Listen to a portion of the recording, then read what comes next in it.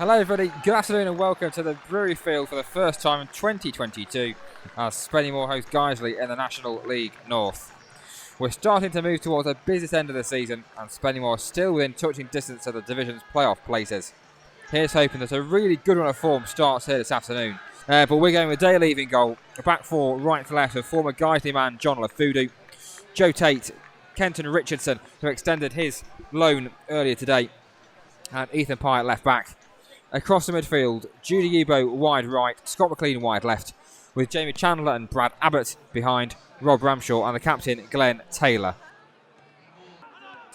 And the Fudu didn't throw the ball to Ramshaw, instead threw it into Abbott, and now it's worked across to Tate on the far side. Down to Pye, got a bit of space, got Yebo ahead of him as well. But Yebo now come behind him.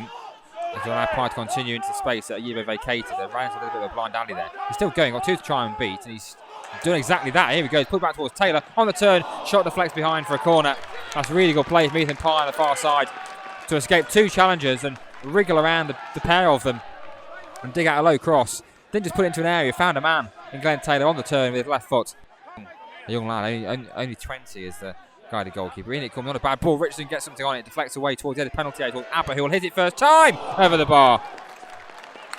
Always rising, wasn't too far away though from Brad Abbott, who connected well, lashed through it with his laces.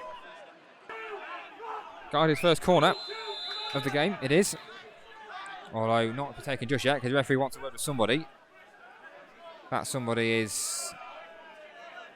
well, I don't know, the talk was about half a second. Whoever he's talking to.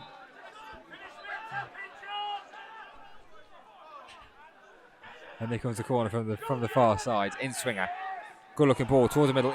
It's around everybody. It's put towards goal. He gets something on it. It's bouncing around end of 6-yard box. Shot comes in again. Headed behind.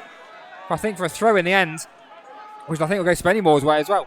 How Guy did not score that, I don't quite know. I think it was Ben Sharif at the back post who got something on it. Plays it looking for the runner back pole on the far side. Drag Tate out. Tate will jump and slide in and just get there first. Put it out for a throw to get on with back to Hutchinson. Good crossing position. Pull outside. He runs around outside of Pye. Still going as Hutchinson pulls it back. It looks like a handball off somebody. Nothing's given. And it deflects into the pass of Scott McLean, who's got acres to maraud into. Gives it on square to Yebo on the far side. There's 5 up here for Spennymoor. Yebo, first time he chance to open his legs. Here he goes. Round Ben Sharif. Still going. Pulls it back towards Taylor, sliding in towards Ramshaw. Spennymoor take the lead with Rob Ramshaw on the back post. A fantastic breakaway goal.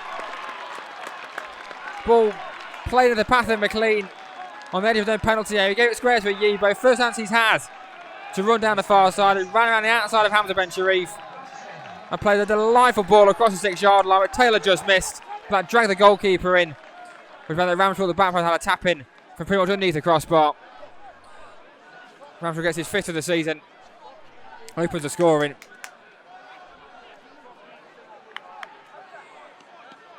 Is it quite deserved on the balance of play? Who knows, but that goal in itself was a delightful counter-attack.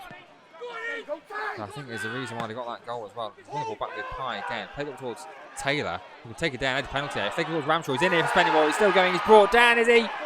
Nothing given. I think it might have been a really good tackle, actually. The ball was won, I think. Ramshaw looked like he was in to make it 2. And now Guiley can break on the far side of Lake Polo. Through the midfield, all the far side, it now goes for Guiseley. Well, a good looking ball in behind the Fudu. It looks like he's onside as well. He is. I think it's the new lad who came on at half time. Pulled it back and it's poked just wide. Really, really close from Guiseley. Flashed across the 6-yard line, poked towards goal. Thankfully, the wrong side of the post. Out swinger. I don't know. Maybe it is Nicholson. In any case, in he comes, headed towards goal and just wide. Hollins, I think, you got the header on goal. It took a deflection on the way through. I don't know who from. Hollins played a bit of a suicide pass across his own back line. But now Guy to come forward with it. Pye needs to get something on that. He does.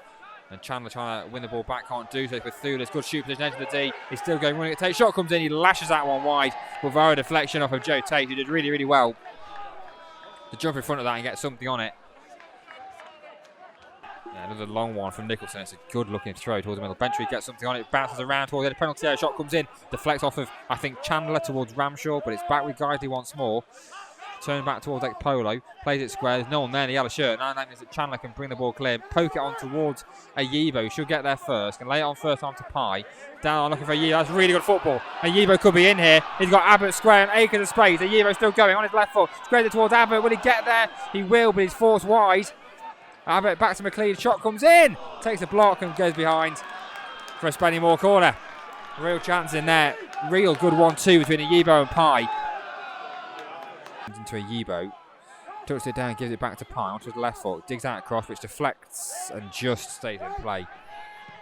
By running through to the goalkeeper, then volleys it downfield and out of his hands. Richardson can head that one clear back where it came from, and then it falls towards Tate, who can turn and get it back to his goalkeeper. Back out to Tate again. Not a nice ball to deal with, and his pass out is poor. And Abbott, will he retrieve it? No, he won't. Thulis is in there. It's all in and out square to Thulis, who's still going. Surely it's 1-1. And that all came from a rather lapsed back pass, forward pass from Joe Tate, which was never really the right pass to make. And Guiseley broke on it. And Hall played it through to Thulis, who just about managed to escape the challenge of Abbott and then of Lafudu. And always walked it in the end. Couldn't have missed from where he ended up going to. He played 66 minutes, Guiseley level, which they deserve on the balance of the second half. Handler up in the air from him towards Moke again, who heads it down towards Spokes. Just about touches it back to Moke, who does well to turn and then run forward with it, give it in towards Hall. Not the best of passes, that finds Chandler. Now Taylor has it. Little back heel, plays Hall in. He's 1-on-1, Ryan Hall is in and he makes it 2-1. And Ryan Hall's on the pitch, 4 minutes? He gets his second of the season. Lovely football. The back heel from Taylor to put him through was fantastic. Opens his body up, puts it into the bottom right corner. Spennymoor retake the lead. That's the impact that Anthony Johnson and Burnham Boy would have wanted from their bench. The back heel from Taylor. And the finish from Ryan Hall. Exemplary. Spennymoor 2, Guiseley 1. We're not too far with, 12 minutes left in this game.